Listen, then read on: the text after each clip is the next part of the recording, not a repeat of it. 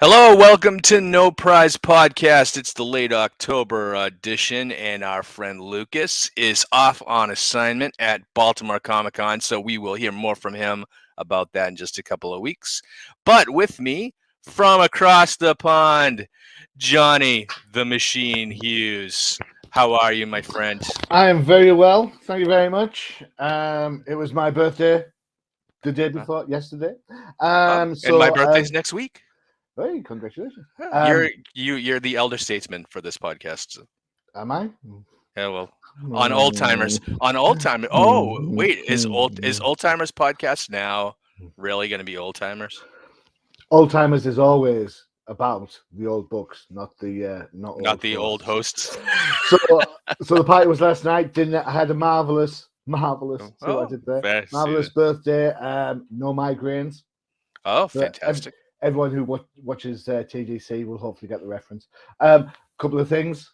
Check it out. Oh, look at that. First Rogue. Yeah, look at that. Nice. And Look at that. A little Spider Woman with the Hydra.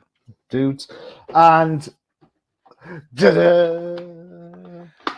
What's that? Turn it out. Yep. Oh, there you go. hey. Look at that. I didn't know they made a black cat. Yeah. What I really just noticed in the Black Cat is if you have a look in the window, I don't know if you can see it because of the glare. Oh, yeah, the glare. What's in the window? There's a Spider-Man in the window.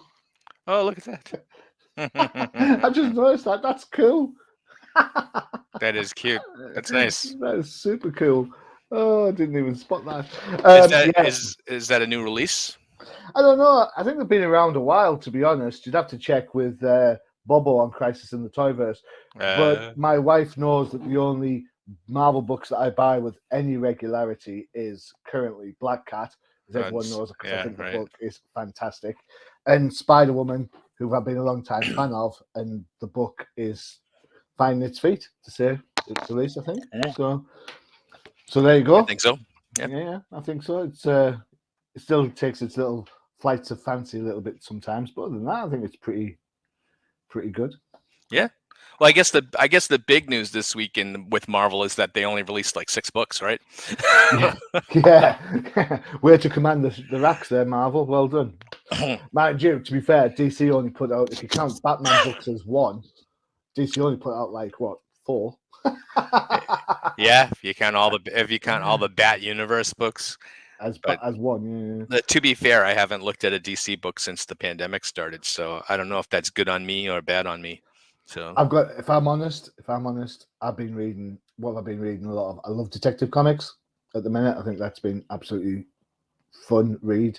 Love the fact that sort of like brought the Huntress into it.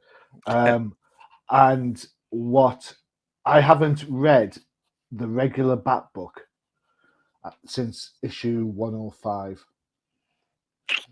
Oh, really? Yeah, it's in my pile to read, but it's like I look at the cover and it's just loud. I'm like, oh, I don't know if I've got it going on. So generally speaking, when I pick my books up from the comic book store, if I haven't reviewed it for Crusaders, then the books that I read first will always be Black Cat, Spider-Woman, Detective Comics. Nightwing's been good as well. So those are my big 2 specials for right now. There you go. Those are your big 2. And then it's indies. Yeah. I've been reading. What have I been reading indie wise? I've been reading some vampy stuff. Fight Girls by Frank Choi or Cho, depending on the fact I've destroyed his name again. Yeah, bits of all sorts. Wow. So this week, since they only released 6 books, we're going to kind of go back in time and we're going to review a couple of books from last week that if you haven't had a chance to pick up, you probably should if you can find them at this point. So let's start with something that came out this week or last week. Which we're going to start. We're going to start with last week. We're going to start with last week and then we'll move to the present. So yeah, let's jump into Darkhold Iron Man and see what that's all about. You might have to catch me up on this a little bit because it was a little confusing for me. Well, for me, let me get the screen going on. There we go. Boom. So for me, this book, the thing that annoyed me the most about this book, and it is an annoyance, is that it feels like we've just come through or we've just started another alternative universe because we had Dark Age recently, Well, correct? so he's still going on. Yeah. Yeah, so we've had Dark Age, which is a reimagined Marvel universe, and now we've got this. Let's give you the stats on this. Darkhold Iron Man. It's written by Ryan North, art by Guillermo. I can't say that.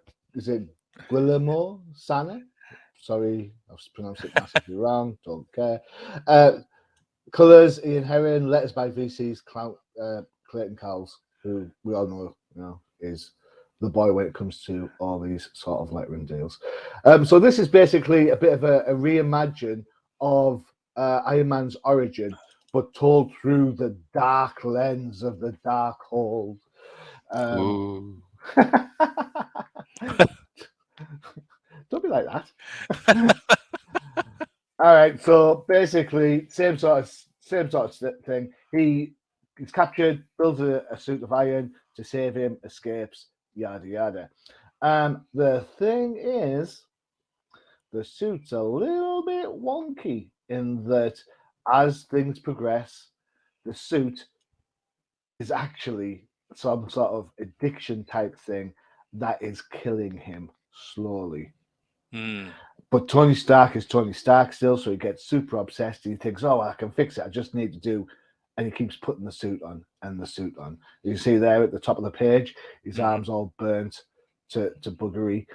He's got Jarvis, he's got Pepper there, who are there to try and help him, but really, they're cannon fodder. They're gonna get it. And as all great good intentions lead to the road to hell, um, there is a comeuppance for a certain redhead in this book. Oh, bless. It's basically the Marvel universe with a Halloween feel. Yeah, that's kind of the vibe I was getting, especially from the first issue of Darkhold, which came out a Mm, few weeks prior.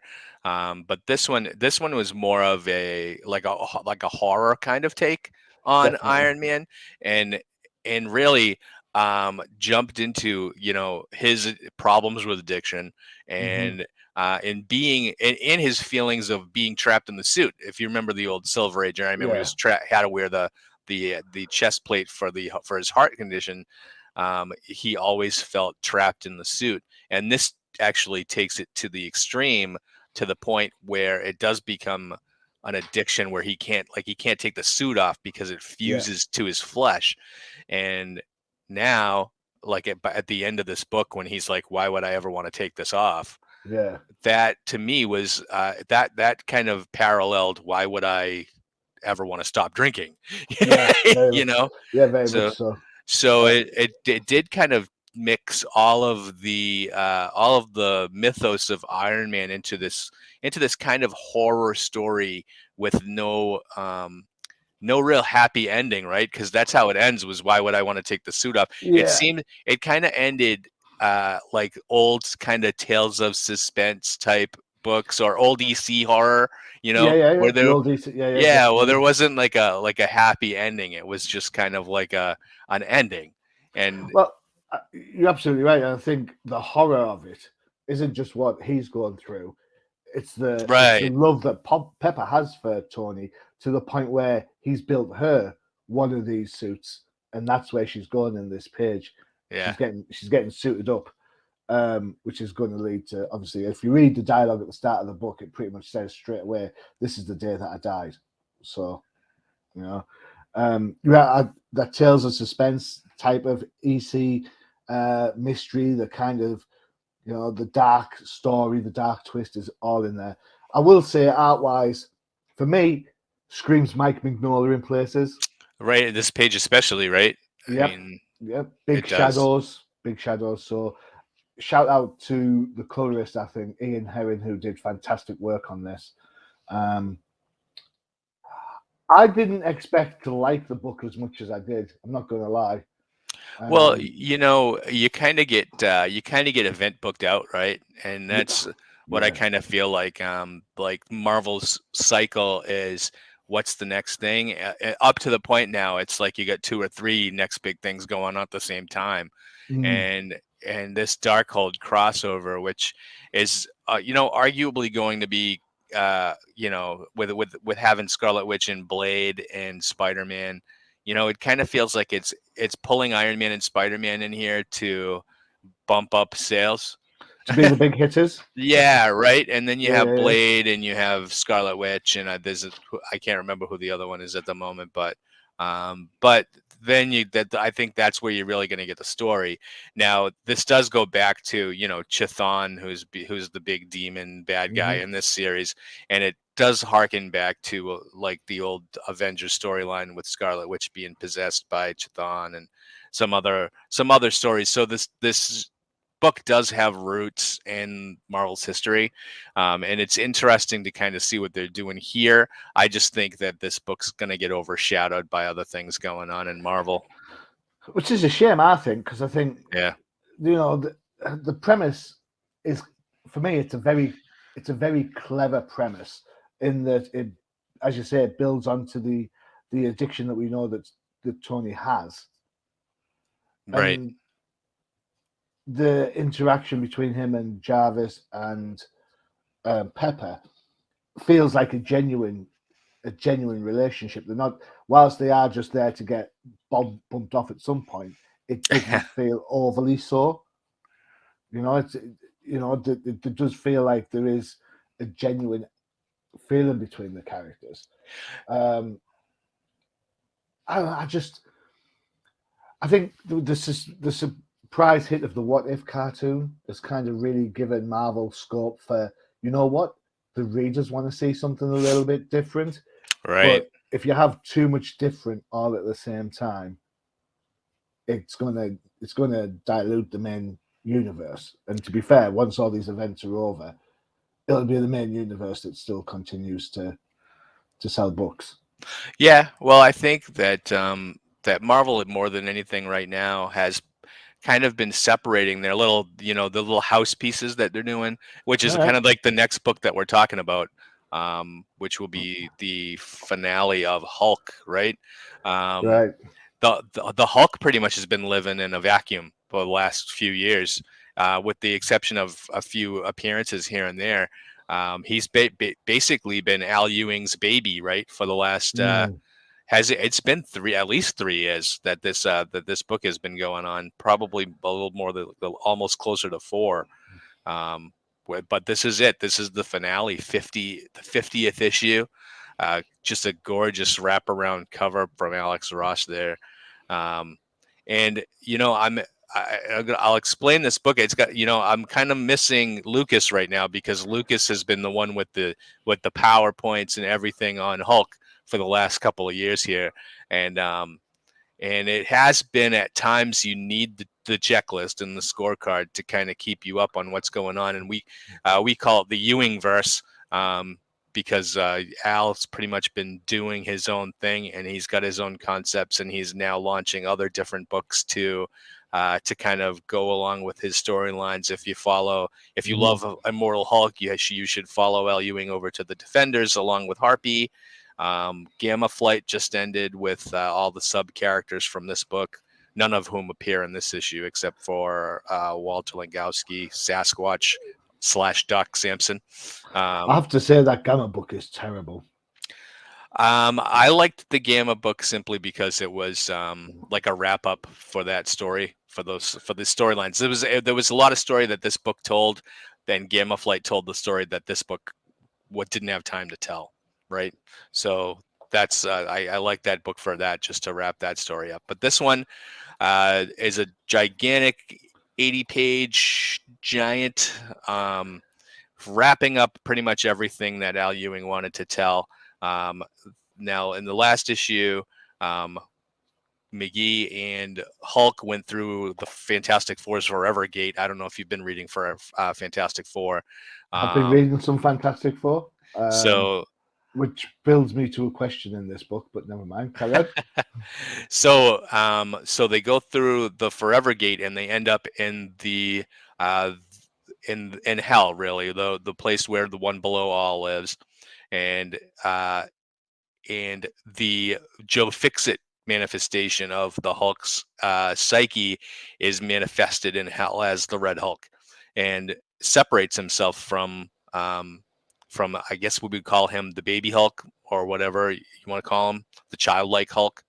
Um, so their goal is to defeat the One Below All and get out of hell. Get out of Um, Dodge. get the hell out of Dodge, right? So so basically this really kind of wraps up the storyline between the Hulk and the leader, and this whole thing. Al Ewing's, all of his ideas, everything is thrown in here. He does throw some new and interesting stuff in here, as um, that the leader and the Hulk are actually cousins or distant cousins, um, due to the wraparound kind of story with the Stearns brothers, and their discovery of gamma radiation. And that was kind of interesting that they went back to there to tell the story. And then you get McGee with her father and their wrap up of their storyline, and everything that's going on in hell with the convenient escape of the Thing and Doc Samson or Doc Langowski or whoever you want. They're kind of a merged personality at this point, utilizing the Forever Gate once again to get them all out. But Joe Bennett's artwork here, which I've been just loving this entire run. Uh, he's been fantastically creepy and gross at times, and uh, it's just one of those books where you kind of can't look away from the art. Maybe you have to spend a couple of extra minutes just looking at these double page spreads and the detail that's in here, and just the I've been impressed with everything Joe Bennett's been able to accomplish. And I do have one problem. I have, Now that I have, I have several problems with this book, but yeah, no, let's it's keep it. just me. It's just me with the Thing, because the Thing gets portrayed sometimes with the John Byrne crest on his head, and then other times he gets portrayed with the eyebrow. And that's been recently, I think, in one of the other books, he's been portrayed as having the eyebrow. And in the Fantastic Four, he doesn't even have the crest. Now it's just more like a regular head. But I don't know. It just seems like people draw Thing the way they want to draw him. Um, Mm. but anyway, so I think this wrap up on Hulk, it wrapped up all the stories pretty nicely. See, the thing, like, I was so impressed with this run, I didn't really want it to end. I would have been happy to see it go further. Um, I just don't like Hulk has never really been an interesting character for me. Mm. And this run has really kind of made me buy into the story and buy into the character. I'm kind of afraid that the next creator, um, I don't know, it's Donny Cates. I don't know Um, who the next I don't. creator is. I actually don't know, I'll and tell you. there's a reason for that. There's a reason you don't know. You Yeah, don't want to know. I don't care. It is Um, Donny Cates and Ryan Otley. So that's um, I'm kind of worried about what they're gonna do with them now. But I really did enjoy the mythology that Al Ewing created over the last couple of years on this book. Um, what did you think? You said you had several well, problems with it. well, right. So problem wise, let's just be honest. I'm not a Hulk reader, all right, Right. and I also don't have access to Lucas's PowerPoints, mainly Mm. because no disrespect to his PowerPoints, but I've got a life. Well, you have to kind of want to understand it, right? Well, So, I would like to. I would like to understand it, but last time I read the Hulk, I think it was probably the issue where they were in the coffee shop and Banner was talking about making some changes to his life and stuff, and how we're going to be more environmentally friendly. And then I pick up this book, and we're back to like, whoa, we're back to craziness. So I was kind of like, what's happened in between? And Banner's hardly in this book. I don't, nope. and sue me for not reading it. I just don't understand how you can have multiple Hulks personalities personified in the red and the green Hulk Mhm. and have zero Banner personalities. I just am like, surely there's got to be some give and take on this. The thing that annoyed me the most, if I need to go back a couple of pages, where is it? Sorry about this. Oops, there it is. Check out that lovely panel. Isn't that great? And Mm. there's the Fantastic Four, including the Human Torch, who's currently wrapped in a bubble because he can't control his powers without killing people. Mm. Hmm. So Really? we see the continuity. The Come on. continuity. When you think how good the Fantastic Four has been with that whole Johnny Storm twist, Right. yeah, and then Marvel go and shoot themselves in the foot with it like this. It's like this is this is the sort of. I'm not saying I'm a continuity freak. I am not. I don't need to know when this is or who to wherever.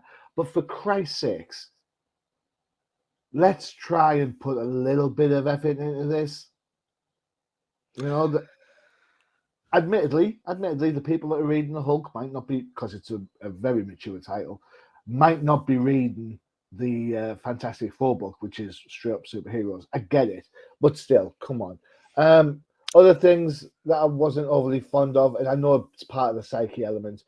Um, Green Hulk and his whole psychoanalysis. I just want Daddy to love me. I was like, you know what? No, I want to be entertained. I don't want to feel like emotionally tortured over a character. Like So you didn't like the point where he forgives Sam Starnes I at the like end? I liked it for the character, but you know, I just sometimes think mental health issues are used in comics for cheap tricks, and I think in the real world Yeah. there are absolutely shed loads of massive real problems with personal identity. There's problems with where you fit in the world.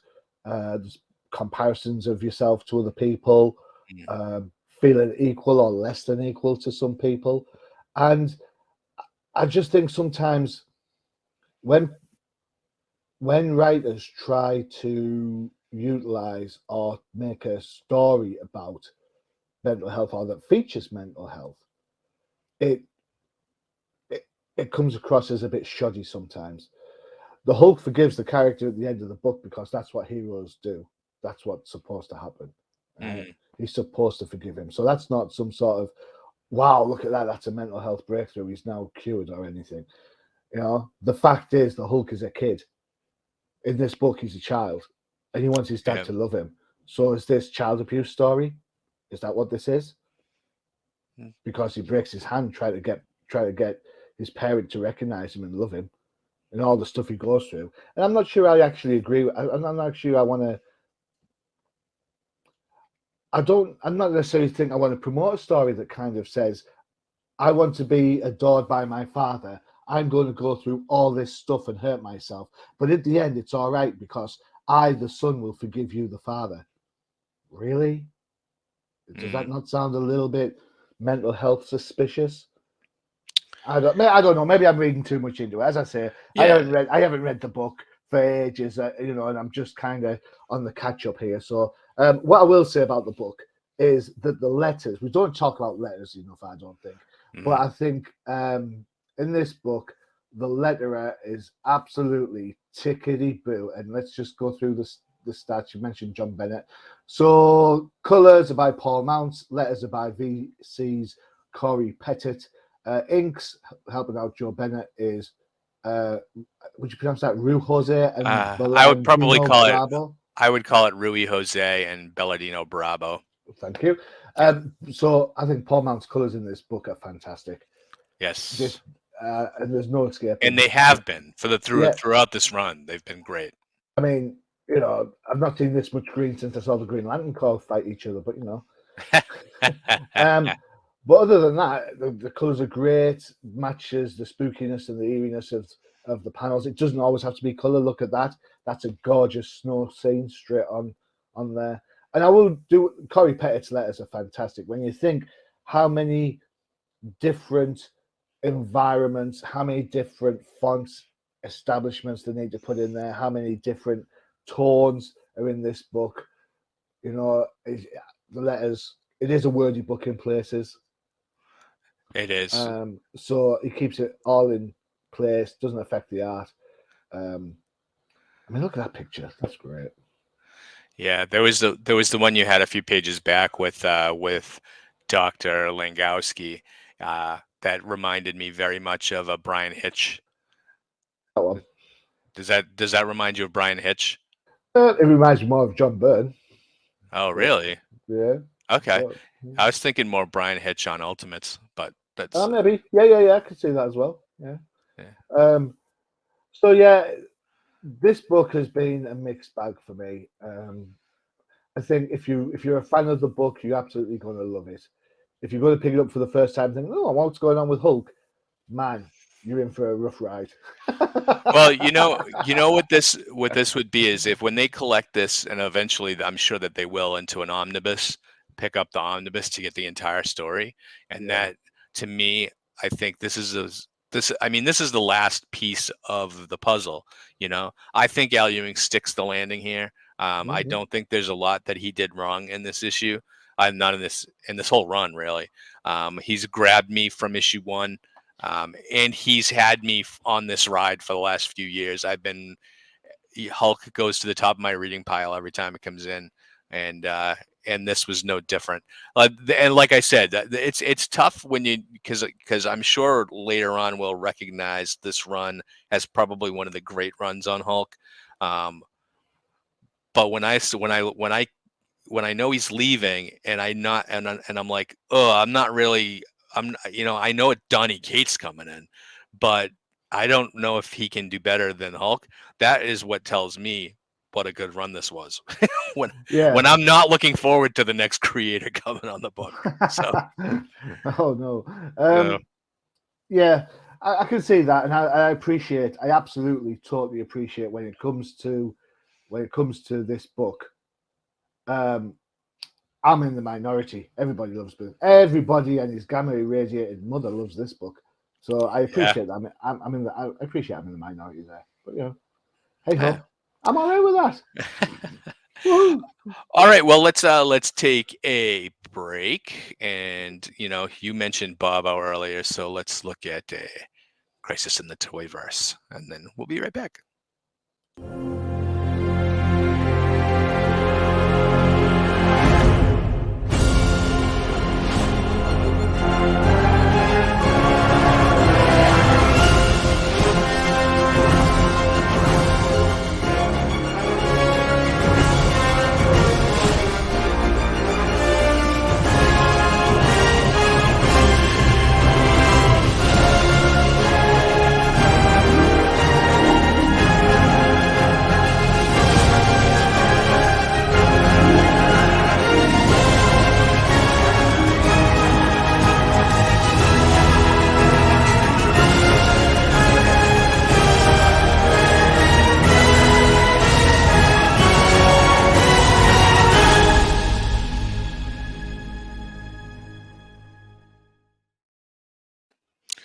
All right, make sure to check out Crisis in the Toyverse whenever you can. I know that there's a new episode up, right? That just dropped a little while ago.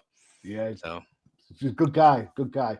Don't forget to check out an OTP where I and Bobo talk about the new Eagle Force figures that are back out. So go and check them Eagle out. Force. Yeah, do you remember Eagle Force? Weren't they like the Kmart version of GI Joe or something like that? Don't you say such nasty words like that. Jeez, that's an awful thing to say. Next, you'll be saying GoBots aren't real Transformers.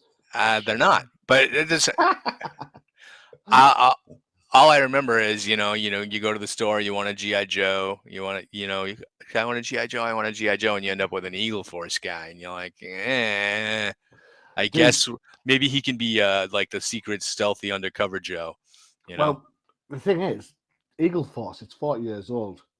So it's getting a new revamp.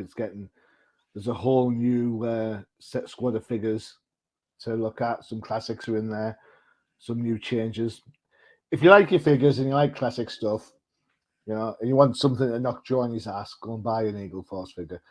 Of course, being in the UK, we didn't have either of those, so there you go. We had Battle Action Force. There you go. Cool. Excellent. All right. Yeah, let's move on to what are we talking about for this week's books? We had a couple of really good, the best of the lot, I would say.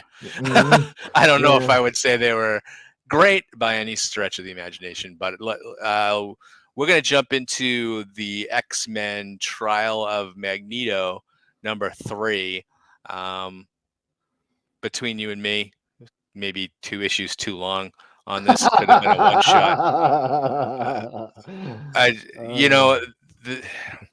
This real. So first of all, I've been kind of really upset with the fact that they're rehashing all of these old storylines, but put on to the the Kirkman spin, so to speak, and the Trial of Magneto, which I mean, the Trial of Magneto to me means issue 200, right? From back in the 80s, and that was when they put Magneto on trial for killing a submarine full of Russian soldiers, and and then ended up being acquitted, maybe, and put into the but then ended up joining the X-Men, right? So to me, that was like a huge moment in X-Men history, especially because I was kind of an early reader on that, because I believe that one came out in like 1985 or 1986 or so. And so it was really early in my X-Men, I guess I want to say X-Men 101 kind of first class. That was me. Okay. So realizing the redemption and maybe temporary reformation of Magneto was important for me as a kid, realizing that these villains aren't all just straight up, scenery chewing villains. But this here Trial of Magneto actually wraps up trial. You get Magneto on trial again for his life for the supposed murder of his own daughter, Scarlet Witch. But she's not dead. She's there. Look. I know. So, but this really that brings in House of M and all this other stuff, where it's just like, okay, I kind of think that I've seen this before, and then having Scarlet Witch show up, you realize that they used they resurrected her, because that's what you do when you're in the X-Men these days.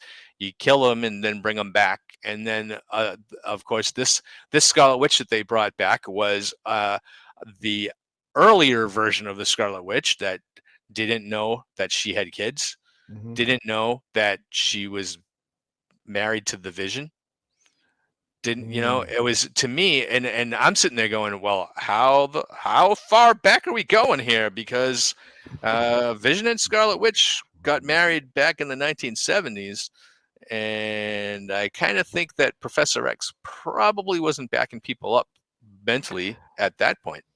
Other than that, they would bring back Thunderbird, don't you think? Well, I think we're working on a bit of a conceit here. Let's give some credit where credit's due. Oh, sorry, I'm skipping. We'll come back to the conceit. You got Leah Williams as the writer, Lucas Wernick and David Messina as artists, Edgar Delgado as color artist, and you've got VC's Clayton Cowles as your letterer.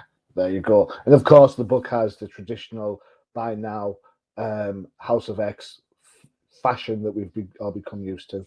I'm going to say I read the first issue of this. I haven't read the second issue. Has she been gone through the Krakoan restoration process, or did she just turn up? Well, she did just turn up, but you find out in this issue that they did put her through the process, even though they weren't supposed to. There was some agreement there that they would not bring Wanda back if she died. And that's potentially because her memories. She's come back with her memories rather than the Xavier implanted ones, the Xavier backup ones, right? Because Right. Yeah. So they were kind of afraid that they would bring her back and she would be nuts and kill all the mutants again, right? So that, I mean, that would have been an argument against bringing her back in the first place. And it looks to me like someone, and I don't know if they've revealed this yet, that someone brought her back and we don't know who. So yeah, um, this could be an issue later on down the road. but um, but to me, having her not recognize Billy and Tommy, and not, kind of being, even though Vision and Scarlet Witch haven't been married for years in the comic, Vision calling her my wife uh, yeah, was a little odd, I think, and just I think was thrown out just for the fact that Wanda was like, "What? We're married," which mm, could be either did we get married again and no one yeah, knew. um, but to me, I like the portrayal of Captain America in this, because they do kind of make Captain America look like they're like the proper, yeah, yeah, yeah, oh, please forgive for staying for dinner and stuff like that. I yeah. thought that was a little hokey, but funny. um, and then this is where it becomes too much, the kaiju's attacking the island. This is the first time I've seen these. Has this been happening in the Xbox for quite some time now? The Kaiju's No, no.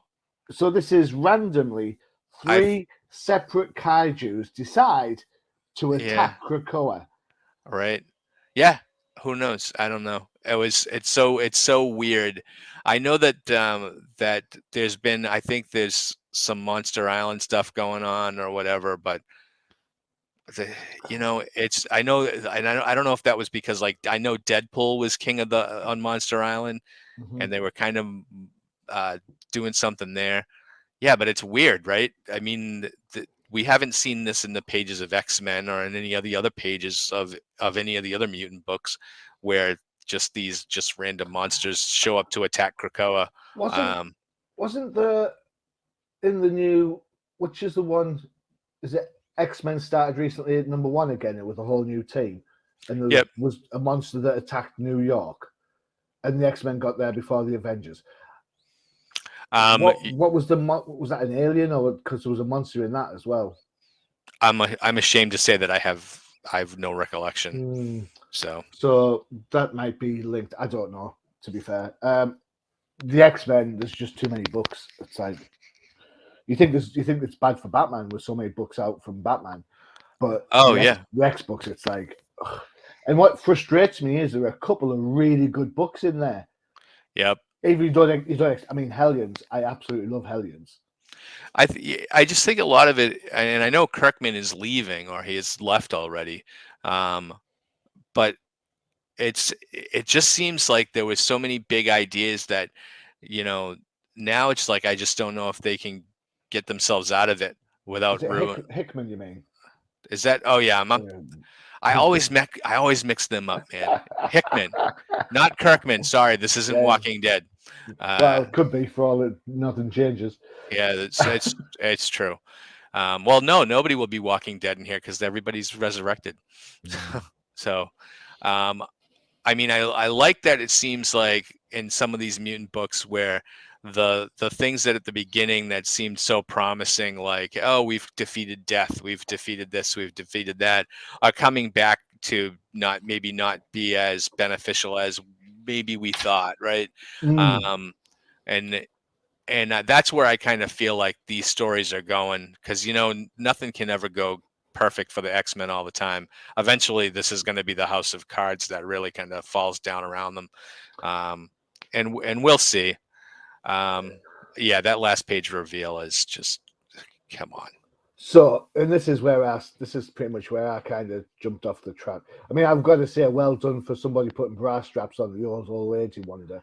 Because when you get old, those things will weigh a bit. The I recently read, and I was really looking forward to it. I was recently read Inferno #1 Yep. because I love Inferno the first time around. It was one of my favorite like mini little crossovers. Plus, I'm not gonna lie, I've got a bit of a thing for Madeline Pryor. So what can I say?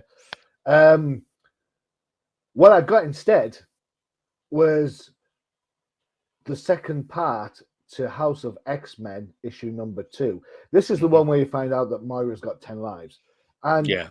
that story, the Inferno book, is kind of, because Mystique's back, Destiny. Yeah. Destiny's back as well. So it's kind of that whole I know what's going on, you don't, and all that kind of thing, the threats and stuff. And I thought, you know what, that was really something clever. I thought, as much as you've annoyed me for using an old title to try and buy me into it, Old Lady Wanda. How many old Mm. type characters have we got? We've got Old Man Logan, Logan, Old Man Old Man, Hawkeye. Old Man Star Lord, Yep. Old Rocket, Yeah. Right. Old Man Deadpool. It's Yeah. like, where's it going to stop? I thought you were going to say something like the House of Ideas have run out of ideas again. That's what I was expecting.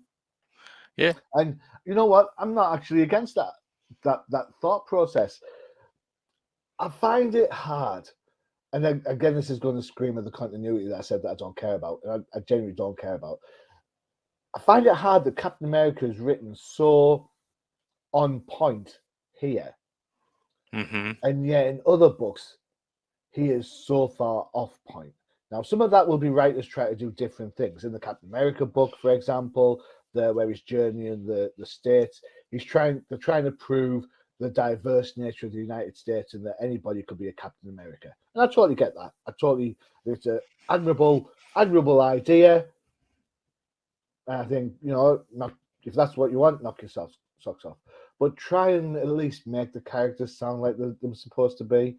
Um, Wanda, I don't understand.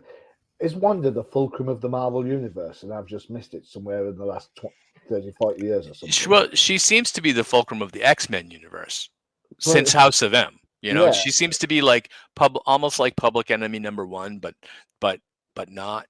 You know. see, she's the character that you got to think to yourself. You know how people say we don't trust mutants. I Yeah. mean, Wanda's been an Avenger, Yeah. and they don't trust her, Mm-hmm. especially after the whole Avengers disassembled storyline. She's been a mutant, and No More Mutants lie Mm-hmm. has meant that they don't trust her. So she's practically on her own by herself Mm-hmm. with everybody picking on her. Is that not the whole motif of the X Men to start with? How they're outcasts. It is. Are they shooting themselves in the foot therefore? Yeah. By and if you can bring people back from the dead, regardless of whether you were supposed to or not, in the case of Miss Maximoff, then how can you be on trial for the murder of that person? You know, it does open up these doors, right? Because there's another book. I think I'm trying to remember which the book with Night that had Nightcrawler. And it was The Way of X, Oh where yeah, they had the religious book. yeah, but the first issue had all those younger Mm. mutants just jumping in and like being cannon fodder. Yeah, So they were that saying they were looking forward to it. Oh, yeah, I'm due my first resurrection. Boof, off they go, right. and get.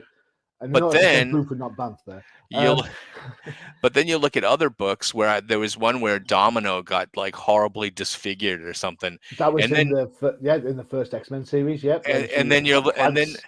yeah, and then you're thinking like, well, then why don't you just jump off a cliff and become reborn? Because then you won't have all these scars or burns or whatever. And so at some point, I'm just like, well, I don't get why they're not doing it. And then again, I'm starting to think, why are they doing it? And Yeah, now here it's like, yeah, and then you can bring back someone and just back them up to the point that you feel like they'd be okay, you know? it's the backing up of the characters and resurrection of the characters in the X Men. It's as it's a story idea that you think, oh, that'll be good, but in practicality, it takes away any threat, Yeah. any sense of risk, and it's also as inconsistent as the Flash and the Speed Force. Mm, If something goes wrong, if I was the Flash and something goes wrong on a day, I don't know, I go to work and I get fired. I tell you what I'm going to do. I'm going to use my Speed Force to go back in time and change it. Where yeah, does it stop? right. And you think It, of all the things all the battles, all the characters, all the people the Flash has lost. but he never goes back. He knows he can, Yeah. but he never does. And you think to yourself, why? Well, Where is the line in the sand that says we're not going to do that? We're not going to do this. And you think, but it's there. it's the perfect MacGuffin. It's Yeah. like the cure for everything. It's like if you're playing a video game and you ever played like Tomb Raider or something and get to a point where you're stuck and you can't go any further, so you just reload an old save game to go Yep. another way. Yep. That's exactly what they're doing here. let's let's go It, reload the save. it's I don't know. I don't know. It might have sounded like a good idea at the time, and you know what? Done correctly, it probably is. If there was some sort of ramification, Yeah, and but it isn't. The person comes back as fit and able as they were, with the most recent version of themselves, with the exception of Wanda, because it's Wanda. So no. here's a question. Do you think Hickman came up with all these great ideas for the beginning of all this House of X and stuff, and then he just knew he was never going to be around to finish this up? He was just going to do all this stuff and then leave it for other writers to kind of wrap up. I hope not. Yeah. Is what I'm at, because that feels to me like a bit of a cop out, a bit of a cheat, isn't it? Yep. Because I don't know about you, I absolutely love the the miniseries, the House of X that brought them everyone. I love that. What I didn't like was the Power of X, where it's in the future and you find out that no matter what they do, so because it's all interconnected, you spend 6 weeks buying 12 X-Men issues to find out nothing's going to change. Mm-hmm. And I don't know. Obviously, we're not privy to the inner workings of Marvel, but I'm not sure if the rebooted X-Men has been the success that they wanted it to be. And I don't know if it's missed its boat because there's been no grandiose MCU connection yet. They just all feel the same to me, Johnny. There's all these like 10 or 12 different mutant books. You know what? You could give me X-Force and then give me X-Men and not tell me which is which, and I couldn't tell you which one was which. I'm serious, and that's I think their biggest downfall is not is it's too same. Agreed. So Absolutely great. If they've kind of got like the model and they're not gonna deviate from that. Which is a shame, because you know what? You do get some quality in here, but because you've got to really look for it because of so many, as I say, there's so many books. I like right, Hellions. Hellions, different set of characters. They're yeah, doing slightly different things, plus it's Psylocke, so it's a little bit more off the wall, I think, yeah. but And I think Excalibur was going to be like that, but ended up kind of falling out of it. yeah. So yeah, I did So quite like North Star's portrayal in this book as well. He's a badass now, isn't he? I want to say one more thing about this book, Go for it. and then we'll jump into the last book. So old Lady Wanda, with all the last several years in comics where everybody's been so sensitive about people's feelings and how they identify, and I think old Lady Wanda might be a bit ageist. And I mean, don't they know who the majority of their comic readers are old people like us. Hey, don't tell that to the old timers. So anyway, I think could we call her something? I mean, maybe she doesn't identify as old. Well, Maybe oh, see, you know. you've started a whole thing now. I was going to avoid that, but because I was thinking as I was doing the like little diatribe about all the characters that carry this old moniker. I mean, who's to say she considers herself a lady? Right? Yeah, Yeah. it just seems for as many as 2 steps forward as Marvel can make, because their female-led characters books are so well done, and when they try and do different things, there's mixed success. When I talk about diversity and stuff, Yeah. then they're going to shoot themselves in the foot with this. And if anyone's asking what I'm talking about, Professor, help me out. I Sure. read the Phoenix Song Echo #1. Yeah. Reviews live on Comic Crusaders. Go check it out. Mm. and the character's deaf. Yet, You wouldn't other you than the wouldn't know fact, she's deaf. You wouldn't no, know you she's wouldn't. deaf. Other than Right. the fact she says to one person, "Turn around so I can read your lips." There's there's nothing. In one point, in one panel, she's stood. There's a guy stood behind her with a gun near her head, and he says something, and she answers. And I'm like, I'm confused. I mean, I don't know Echo from the next character that's been multi-created over the last 5 years. I'm thinking to myself, how could she do that if someone's behind her? She can't see him. How Don't you can she? think? Don't you think if she's imbued now with the Phoenix Force, wouldn't that fix all of her physical ailments? Because didn't when the Phoenix first appeared, when Jean Grey came out of the Hudson, um, like she was made more powerful, more aware, more of everything, and Uh-huh. whatever damage that she had from crashing the spaceship into the Hudson River, it fixed her there. Why wouldn't the Phoenix Force just cure Echo's deafness? I don't know. I don't get it. I just So didn't understand it. all right, let's jump into the last bit, and it is the death of Doctor Strange, number 3. 2. Is it number 2? Hold on a Yeah, second. Hold on a second. it's got a 2 on the cover. Yeah, okay. All There it right. is, right there. It is number 2. Sorry. Well, Wouldn't have okay. thunk, eh? Because I was gonna say, where did issue number 2 go? Because I don't remember reading it, and here I And did. here I it just is. read it. There it is, number 2. So, all All right. right. So you tell me, catch me up here. What's See, okay. So the reason why I picked this book is not that I'm a huge Doctor Strange fan. It's that I am a huge, huge Jed McKay fan.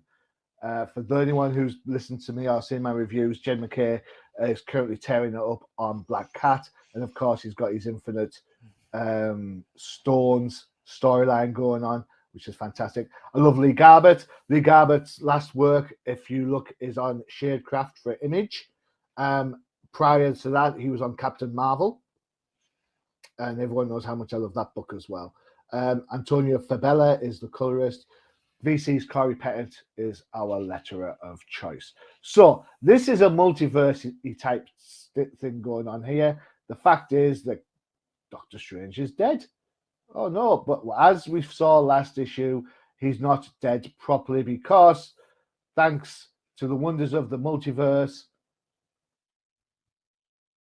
where is he? The Steve Ditko Doctor Strange has returned, fit with black little things on his orange gloves and so on. His cape's blue, not red, and he's going to sort things out, or else. If you're not into Doctor Strange, this book's going to seem like the Hulk book. It's complicated. There's lots of stuff You going have on. to, yeah. There's characters and stuff that they bring in from Ditko's run from Yeah. Tales to Astonish. It's So interesting stuff. so I don't think we're going to do the book any justice All at right. all from that point of view. However, if you like your old timers history on Marvel, this book's kind of going to be for you. Even better when Clea turns up. Woo, sexy Woo-wee. lady. Yeah, I've got a Clea thing. It's the tights. What can I say? It's the Hey. tights. It's all done with McKay's usual sense of humor, which I think is pretty much a default setting for a lot of Marvel books now. I mean, Yeah. McKay does it, Thompson does it, I can't pronounce the name, is it Pacello on Spider Woman does it, Guardians, Spider Man. You know, all these characters think they're so funny. But of course, when you've got Doctor Strange, you're going to have magical beings turn up to cause more sorts of chaos and so on. And that's pretty much what goes on here. There you go. With the Avengers popping up and ancient characters. Colors look great. It reads great. It's if you can get your head around all the magic stuff, it is a fun read. Mm. And as I say, I love Lee Garbett's pencils. So there you go. That's me on that. Short and sweet. So I did like the little twist that the Doctor Strange is a memory remnant Yeah. of Doctor Strange. So and it is it's the old Steve Ditko version, and he doesn't remember ever being around Clea. He doesn't remember being friendly with or ever being an Avenger. He doesn't remember any of that stuff. I thought that was kind of neat. And then It's ironic, isn't it? We think it's neat in here, but in X-Men, we're like, what? What's going on? I think it all comes down to the presentation, doesn't it? Agreed. So, yeah, I do like it here. I remember reading that this Death of Doctor Strange book was not going to be in continuity; that it was going to be like a what if type story. But Okay. but when you go to the final page and it has a bunch of like, hey, this is a big event book that's going to be crossing over into the Avengers and into Strange Academy, and you see all these different tie-in books, and I'm like, okay, why did I think that this wasn't in continuity? Because if it's not in continuity, it's certainly in uh, enveloping a lot of like characters. So Yeah, I always thought it was continuity. I've got to be honest. I thought, and to be fair, when you look down that checklist, there is a element of common sense to this. The fact that Strange Academy, yeah, there's going to be an impact on that. Not sure why we need an Avengers #1. I suppose because he was in the Secret Avengers for a while. mm, Um, Again, not quite sure why we need to see a Spider-Man one. I mean, I know they've had like fun together and stuff. Blade makes White sense. Fox. Yeah, tell me about it. Blade makes sense because he's a supernatural character. X-Men Black Knight sounds like tag on. Please, it's like makes no sense for me whatsoever on that one. Um, Well, because that's hope, coming out. That's coming out just a month after the Eternals movie comes out, where the Dane Whitman appears. So that might be a Black Knight. Black Knight's heightened visibility. Yeah, I call it like I see it. I call it. I won't be buying it. That's what I call it. And then, of course, the next couple of the issues thereafter are back to the main story.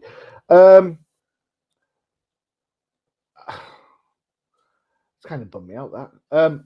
I like, as I say, McKay's right, and I've got a lot of faith in him. I'm gonna stay the course, find out at least with the main books, and find out how it's going to go. I think Doctor Strange is too important. I think Doctor Strange is probably more important than Wanda Maximoff, if I'm honest. But nobody else seems to think like that. So I I love Doctor Strange, and it just you can tell stories with Doctor Strange that you can't really tell with anybody else. uh, Um, and but I also think Marvel doesn't really think he's that important of a character. yeah, If you remember the pandemic, like the Doctor Strange, we didn't see Doctor Strange, and they canceled his book, yeah. and we didn't see him for 6 to 8 months. So I mean, it's it is recently what it set with is. Carol Danvers, so that must be a good thing, right? Hey, does that look like Iron Man's original armor? Why? What's up with the '70s armor in that? Yeah, Eh, it changes his armor like we change socks. It's not a thing. it's true. It's true. Um, but his appearance in Captain Marvel was fantastic. If you Yes. when Carol went on a whole quest to get more magic, and he's like, nope, nope. I don't care that you're hot and I've slept with you, but nope. You are not getting any. You ain't gonna get any magic beans from me. Nope. At this point, who hasn't Captain Marvel slept with? Honestly. Me. Oh well. Yeah, yeah, yeah. Mm. Part of it is she's American and fictitious. But, Why do you let that stop you, Johnny? well, there is that. There is that. There's a reason why figures come in boxes, right? All right. On that note, let's say goodbye for now, and we will see everybody again in just 2 short weeks. We'll be ringing in November. It'll be the beginning of the holiday season. Yips, yipsy doo. And I will be here. I'll be kicked back to the curb. We'll be well. Yeah, I'll be back with Lucas in a couple of weeks, and Johnny. Well, I'll see you on Old Timers Yeah, Podcast. yeah. So for those that missed the PowerPoints, bring some popcorn next time. All right. Well, until I see you again, Johnny, stay safe, and everybody out there, we'll be back in a couple of weeks. Adios. Adios.